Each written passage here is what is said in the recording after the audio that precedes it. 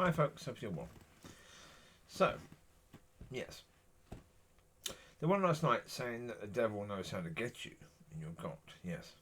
But look, the biggest problem is most people aren't judgy. Most people don't judge.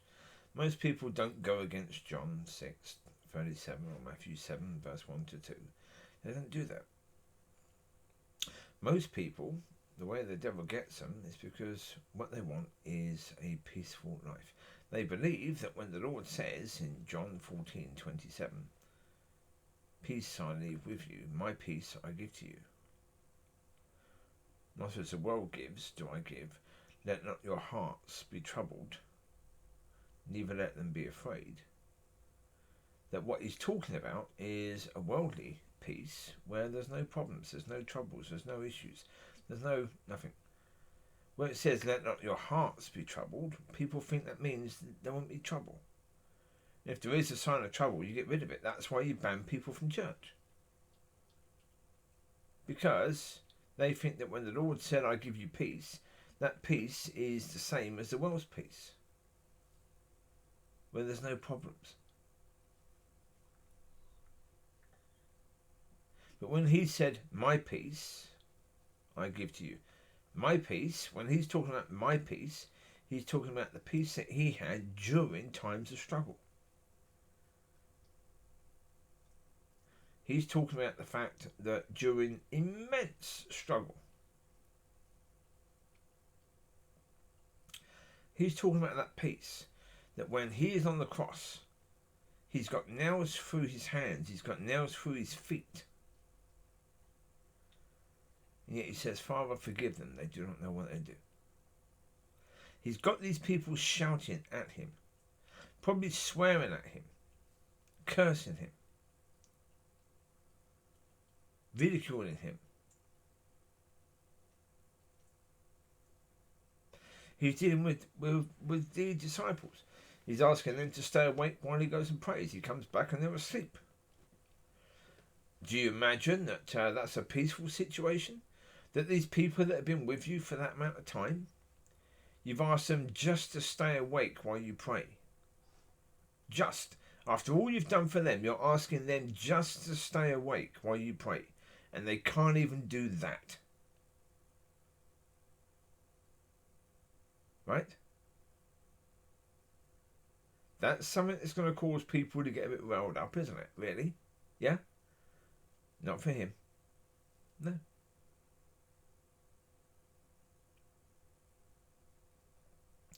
He's talking about having that peace. That when things aren't going well, that when things aren't good.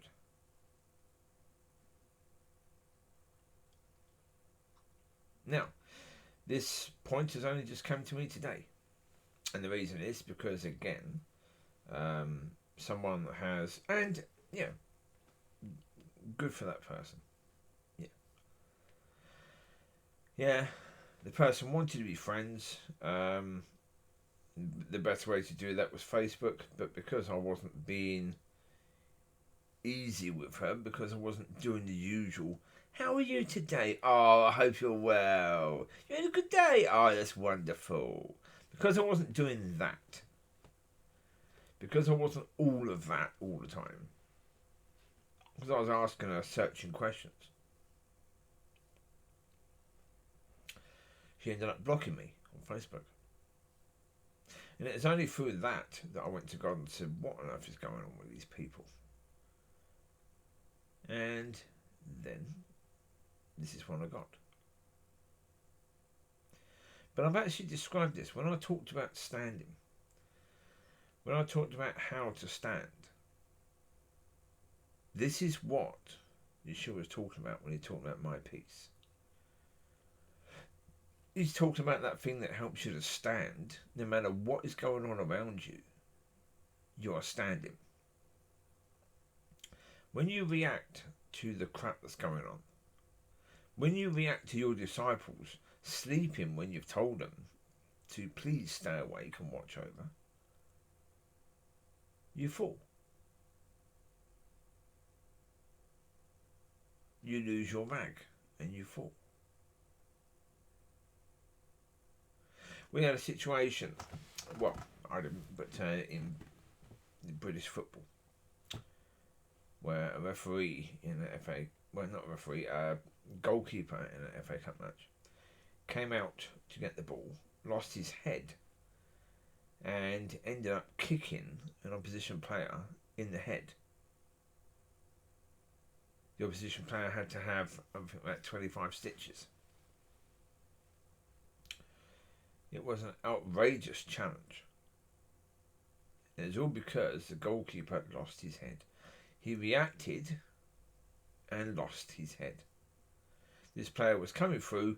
Chances is the player would have had a shot, may have scored. Goalkeeper got sent off. Damaged the chances of his team by doing so. And so, yeah. That's just an example in the physical world of what happens when you react. And Yeshua didn't react. Generally speaking, didn't react. His peace was that sort of peace that no matter what happened, he didn't react. He had a job to do. He was focused on his job. And he says he's given you that peace. My peace I give to you.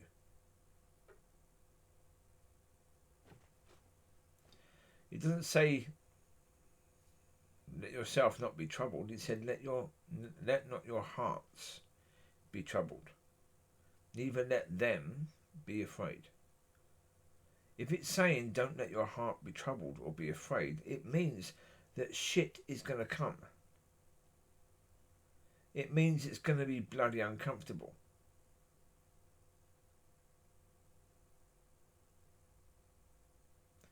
But people want this peaceful, comfortable existence. And I keep on going back to it. I know that when I was young, I don't know what other people heard through the years, but I know that when I was young, we were told about the two paths. That one was comfortable and wide, and a party sort of environment, where people were laughing and enjoying themselves. The other was a hard path. This path here, you can see, this is nowhere near the hard path. The hard path is rocky, and the terrain is difficult. I mean, that's difficult. You've got branches in the way and crap like that, but apart from that, it's quite thin. But apart from that, it's perfectly manageable. I mean, you've got bits like that. You're going to move out the way. Also, that's so difficult. So therefore, compared to the hard path, that's nothing. But compared to the easy path, that's nothing. Most people believe that the Lord was talking about an easy path. A path where there's peace, where there's quiet, where you're not troubled. That's the point. Let not your hearts be troubled. Well, the point of it is that when people's hearts are troubled, they think, oh no, this isn't peace, run away, run away, run away. Or get this person away. And that is absolute nonsense. That is absolute nonsense. And I say, it's through a lack of teaching in the church. And, yeah. So people come from the world into a church that's very much of this world. And they find it delightful. Of course they find it delightful. You're doing things exactly the same as you were doing things before, and you're going to go to heaven.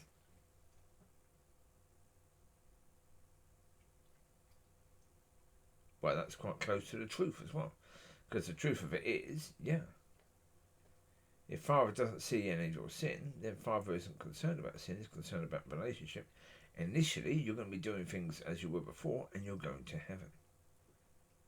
But you're focusing on relationship, so therefore, things are going to change as you build your relationship with Father. That's the truth. That's the true way it's supposed to be. But there you go. There are similarities between the two. But the endings are very, very different. So, there you go. You take care. God bless. I'll speak to you soon. Enough said. Bye-bye.